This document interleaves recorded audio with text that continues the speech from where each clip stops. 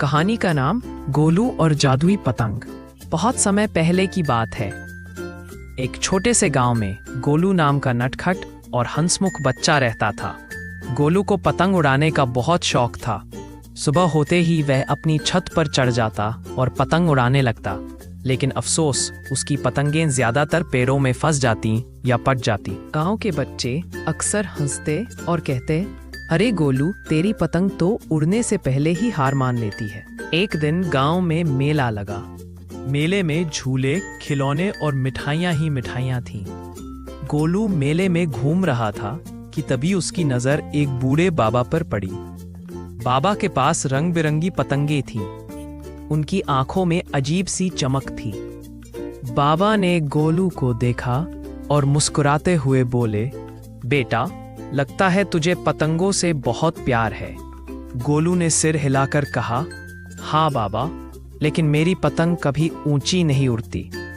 बाबा ने अपनी झोली से एक चमचमाती पतंग निकाली जो इंद्रधनुष के रंगों में चमक रही थी।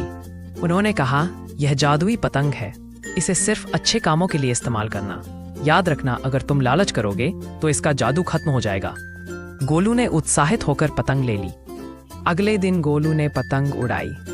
जैसे ही पतंग आसमान में ऊपर गई, अचानक पतंग ने खुद ब खुद बोलना शुरू कर दिया, गोलू, मैं जादुई पतंग हूँ, बताओ आज किसकी मदद करनी है।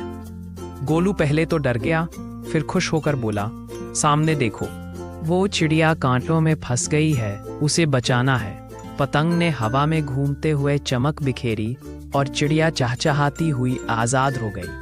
गोलू की खुशी का ठिकाना न रहा। कुछ ही दिनों में गांव के लोग गोलू और उसकी पतंग के बारे में जान गए। अब जब भी किसी को मदद की जरूरत होती, बच्चे गोलू को बुलाते।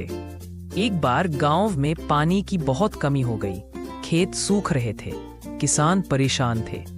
गोलू ने अपनी पतंग उड़ाई और प्रार्थना की, पतंग, हमारे गांव में बारिश लाओ। पतंग आसमान में बादलों के बीच नाचने लगी और थोड़ी ही देर में जोरदार बारिश होने लगी।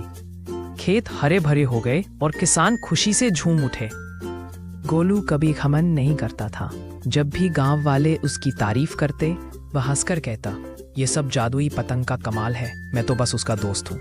लेकिन एक दिन गांव में एक लालची व्यापारी आया।